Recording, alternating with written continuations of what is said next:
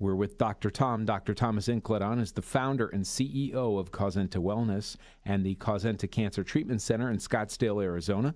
From working with NFL, MLB, MMA, world-class athletes, and even the White House, Dr. Tom's reputation of personalized medicine and cutting-edge technologies have put him on the map for caring for some of the most powerful people in the world, making Thomas Incledon one of the most sought-after healthcare professionals of our time. And today, we're going to discuss urethral cancer.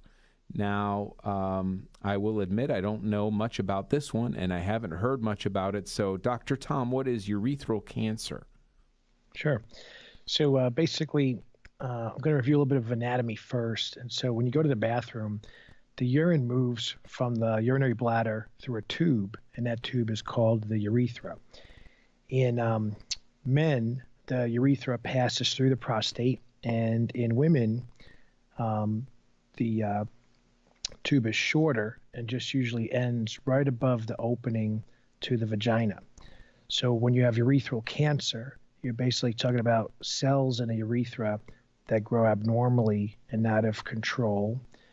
This is a rare cancer, and so right now doctors don't know exactly what causes it, and it's more common in men than women, and it's something that, if not addressed over time, like most cancers, it could spread outside of the local tissue, so it'd be the urethra, and then get into the rest of the body, so let's say throughout the abdomen or the pelvis. Are there different kinds of types of urethral cancer? Yeah, because there's different types of cells that line the urethra, and so there's potential for any of those different cells to become cancerous. So as an example, one type of urethral cancer is referred to as a squamous cell carcinoma. It's the most common type. Basically, the squamous cells are thin, flat cells in the part of the urethra that's located near the bladder in women. And so it's also located, those cells are located in the lining of the urethra in the penis in men. And so when those cells start to become cancerous, then it could spread and grow. There's also something called transitional cell carcinoma, which would form near the urethral opening in women, and in the part of the urethra that goes to the prostate gland in men. There's also another type called adenocarcinoma, cancer, which forms in the glands that are around the urethra and in both men and women. And there's also some other facts, like the urethral cancer can spread quickly to tissues around the urethra. It is often found in lymph nodes around the area.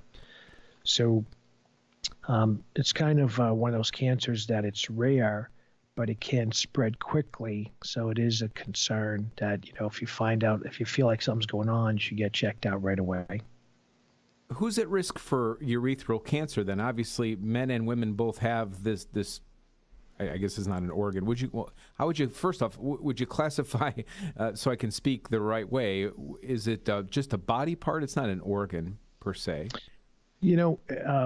So the urethra, you would just say it's part of your body.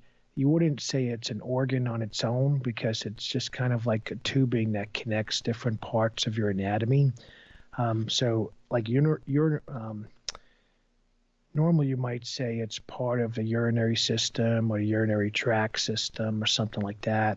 In other contexts, you might say that it's, at least in men, because of ejaculatory fluid leaving the penis. You might say it's part of reproductive system, so there's different ways that it could be looked at, but just, a tube, or just part of the body. So who is at risk for urethral cancer? So some of the high-risk categories would be people over age 60. You might also be at risk if you've ever had bladder cancer, or if you have frequent urinary tract infections, or have had sexually transmitted diseases that lead to inflammation of the urethra. What's particularly noteworthy is that urethral cancer has been linked to a form of HPV, so that's human papillomavirus, referred to as HPV-16. There's a big push right now for basically people to get the HPV vaccine, And the reason is they're finding more and more cancers that are linked to HPV. So the idea is by getting the vaccine, you protect against the virus, and then you reduce the likelihood that the virus can cause cancer later on in life.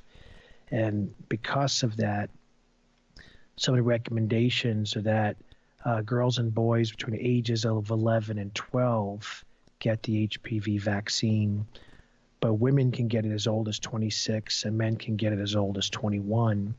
But in today's climate, there's a lot of concern over vaccinations in general, and some of the controversy around that, is how to interpret that data. So this is a type of stuff that we look at on an individual by individual basis, because there's too many variables to just have a blanket statement. But in terms of just looking at minimizing risk for cancer, it appears right now that getting a vaccine for HPV would reduce the likelihood of certain cancers for these kids as they become adults. This is the Ask Dr. Tom podcast. We're recording with Dr. Thomas Incledon, and today's topic is urethral cancer. What are the signs and symptoms of urethral cancer? So sometimes there are symptoms and sometimes there are no symptoms. So that's one thing to point out. But if you have any of the following, you want to talk to your doctor or at least get a checkup. One is trouble starting the flow of urine. Two is weak or interrupted flow of urine, meaning as you're urinating, it just stops and goes on its own. Frequent urination, especially at night. Incontinence or discharge from the urethra. Bleeding from the urethra or blood in the urine. A lump or thickness in the perineum or the penis. Or a painless lump or swelling in the groin. So, a lot of this stuff, it gets back to you should be doing a self-exam so that periodically you're checking your body parts to see if there's any bumps that don't belong there. And then if there are, then it's definitely time to go, schedule an appointment with your doctor or your partner. As you and your partner are exploring each other's bodies, one of the things you should be aware of each other. Stuff on the front of you, most people could usually see because you just look in the mirror, or you could touch it or something like that. Stuff behind you is more difficult because you don't have good view of that area. That's where it helps to have someone else. In case of, some of those symptoms or signs that there's an issue, potentially urethral cancer, most of that you could do yourself. So are there tests or any things that can detect and diagnose urethral cancer for you?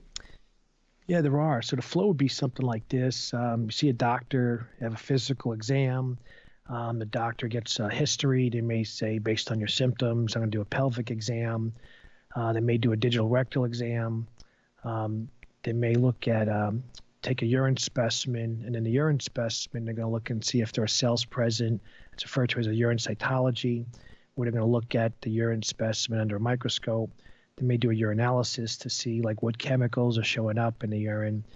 Then if they do some blood work, they may look at things like, your CBC, which is complete blood count, which is going to tell you what's your red blood cells, your hemoglobin, your hematocrit, your lymphocytes, your white blood cells, things like that.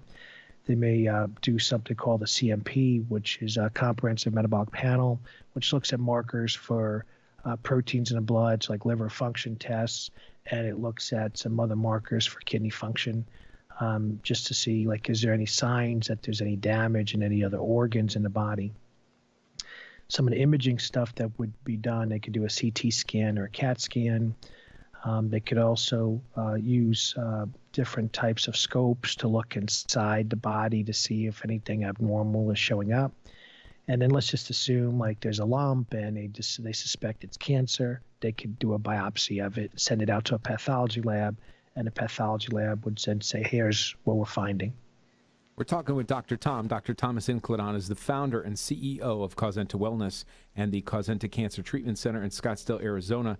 And if you or somebody you love is considering or dealing with a diagnosis of this cancer or any other cancer, and you're considering your options, the best thing that you could do right now is go to Causenta.com. That's the website for the Causenta Cancer Treatment Center in Scottsdale, Arizona, CAUSENTA.com. And right there in the middle of the page, right on the front page, is a little form where you could set up a free call, and you can speak to somebody at Causenta about arranging for somebody to find out all the details of your situation and see what plan can be put together for you and your specific cancer in your specific body, which is very important. The phone number to do that, if you're more of a phone person, is 480-883-7240. 480-883-7240. Today we're talking about urethral cancer. So, Dr. Tom, what are the factors that determine the chance of recovery or successful treatment for urethral cancer? So there are a couple. So one of them is whether the cancer formed in the urethra. Another is whether the cancer is spread through the mucosa lining of the urethra to nearby tissue, such as the lymph nodes or other parts of the body. Another is whether the patient is a male or a female. Another is the patient's general health. And then whether the cancer has just been diagnosed or has recurred or come back. So a recent diagnosis at a lower stage is much better position to be in than, let's say, an advanced diagnosis, meaning like stage 4, and it's back again. So what that indicates is that cancer cells are becoming resistant to the treatments that were done previously. So it's going to become more and more difficult to try to kill off those cancer cells. This is the urethral cancer episode of Ask Dr. Tom, but we don't just talk about this particular form of cancer. We've talked about over 20, and each episode is indexed and available on iTunes, as well as other places where you can download podcasts. But you can get and subscribe to Ask Dr. Tom on iTunes. Just type in Ask Dr. Tom. And today's episode, of course, is about urethral cancer. What about the standard types of treatment for urethral cancer? So standard types of treatment would be surgery, radiation, chemotherapy, active surveillance. Active surveillance is, docs are monitoring you. They may be doing some tests, but they're not actually doing any type of treatment. This is sometimes done when people have failed all other therapies, and the doctors just want to get a sense of how are they going, how's their body responding.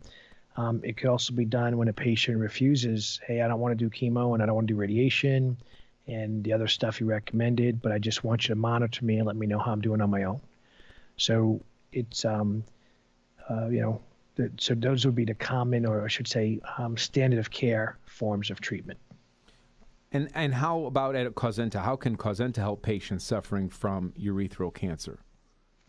So one, we would take a look at what tests were done and basically advise the patient, hey, are there better options out there? An example that I've seen sometimes is, let's say you were diagnosed 2 years ago with urethral cancer and, you had some testing done.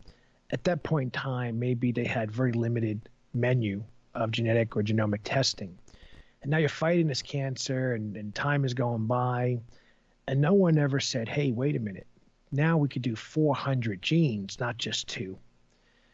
Let's take the biopsy specimen from the past that you already had collected, and let's retest that with today's methods just to see if something else shows up. And if, let's say, there's no biopsy specimen left, if the cancer is still spreading, we'll just get another biopsy to see what you're dealing with now.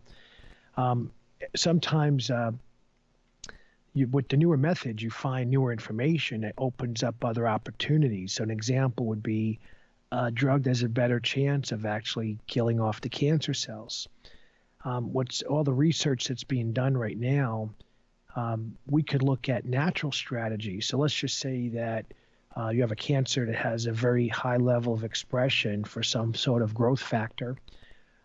We could find natural ways to address that. So, or let's just say that the cancer indicates that there's a tyrosine kinase activity, or that if there's a GLUT1 activity, or let's say that there's NQO1 activity. So these are different pathways where the enzymes are active and they help the cancer to metastasize or spread. there are drugs that can inhibit those pathways, and there are also natural substances that can inhibit those pathways. And part of the decision-making patients make is they may say, well, I look at the side effect profile of the drugs, I have some concerns, and the natural supplements may have less side effects. But the drugs, they may get covered by their insurance, and the natural supplements, they have to pay out of their own pocket. So because of financial concerns or the reasons, people may have different, may go through different decision-making strategies to decide what they want to do. The nice thing about what we do is we give people those options, those choices, so that they can decide what makes better fit or more sense for them.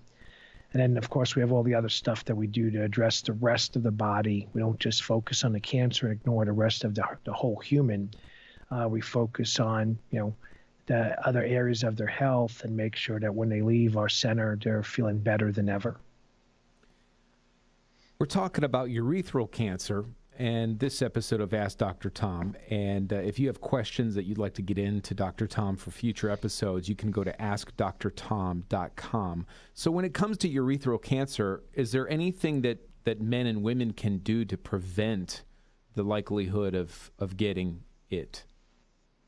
Absolutely. One is to avoid HPV infection, and that the way to avoid it, so one is just abstinence, where you have no, interaction with another human being. There's no biological fluid exchange.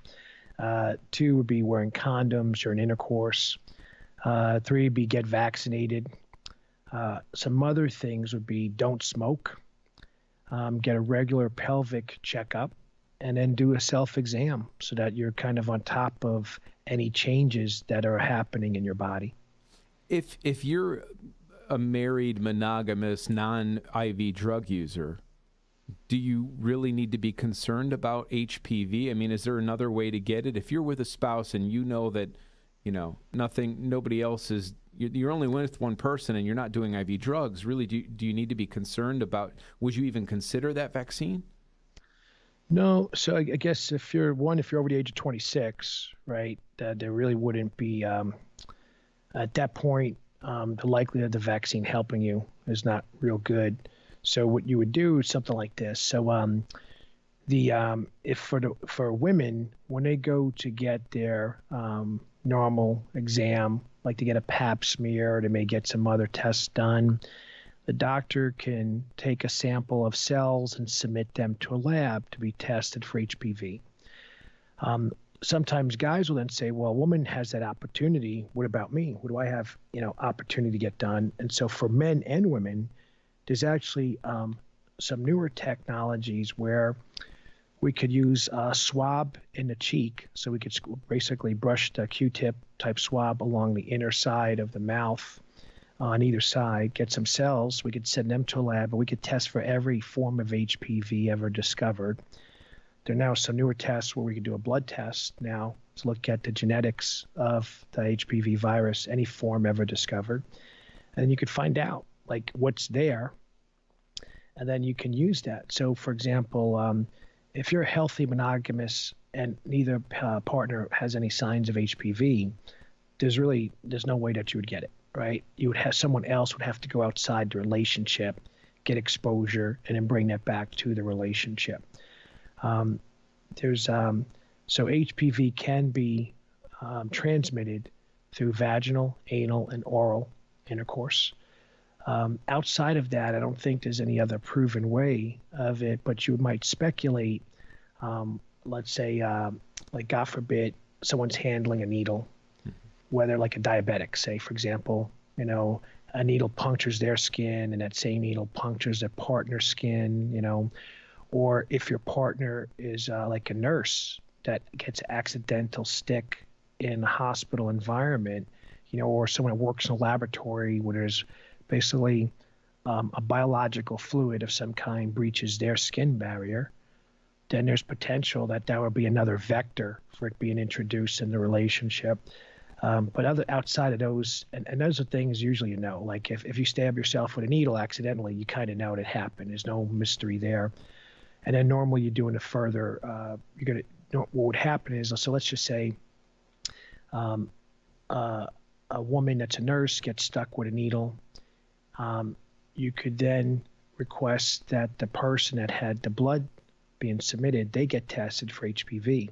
So if they're negative for HPV, then it's unlikely there'd be HPV transmitted through that blood. So that's kind of standard, is test the host, and that's how you know it's there. And then that's how you know whether or not it could have been transmitted. And let's just say if there was HPV, you could then run some of those tests at a later time point to see if anything made it. Because it may still be destroyed by your own immune system. Doesn't guarantee it gets through. Will the urethral cancer treatment cause pain during urination and a need for a catheter?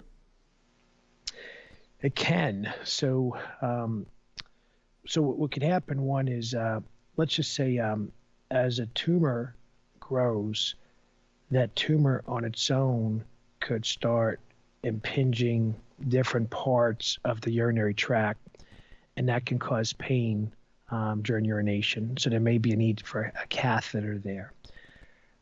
Sometimes the different treatments, so let's just say like the treatment that's done initially makes the area swell. That can cause pain, and there may be a reason for a catheter. What we would, the goal though, is to basically shrink the cancer, kill it off so there's nothing left, in a way that minimizes damage or pain or swelling to the individual. And so I look at it as, the catheter, if it's needed, it's a temporary or transition tool just to help this person go to the bathroom pain-free. But the goal is to figure out what to do to get them off this catheter as quickly as possible, because having a catheter for too long can lead to other issues.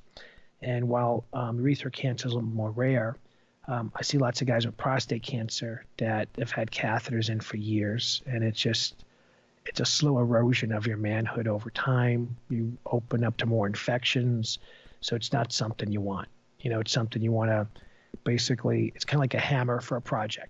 Once you're done building, you put the hammer away. Yeah. You want to treat this area successfully, and once you're done, you want to get rid of this catheter. So I'm asked all the time by patients, what's the difference between personalized medicine and traditional medicine? And in traditional medicine, there's a singular approach. So you have cancer A, and for cancer A, here is the standard of care treatment. And after you go through the standard of care treatment and it doesn't work, typically there's not a plan B. There's not another option. So then patients are told, hey, there's nothing else that can be done. And so then they're convinced that, hey, there's no hope and we can't do anything else. Now I want to contrast that in a personalized approach that we have at Causenta. We're going to measure all kinds of details within your body. And we're going to find lots of areas that we can actually improve your health. And then indirectly, by improving those areas, we're going to help you do a better job at fighting cancer. So where someone else would say, hey, there's nothing that could be done, we're going to say, hey, there's lots of opportunity here to improve your health and make sure that you have a better quality of life so that you're able to function and live life under your own terms and not just waste away in a bed in hospice somewhere and watch everything go by you as time passes on. So if you or a loved one has been diagnosed with cancer and you're looking to get help, I strongly encourage you to go to Causenta.com and fill out the form at the bottom of the page and find out for yourself how we can help you.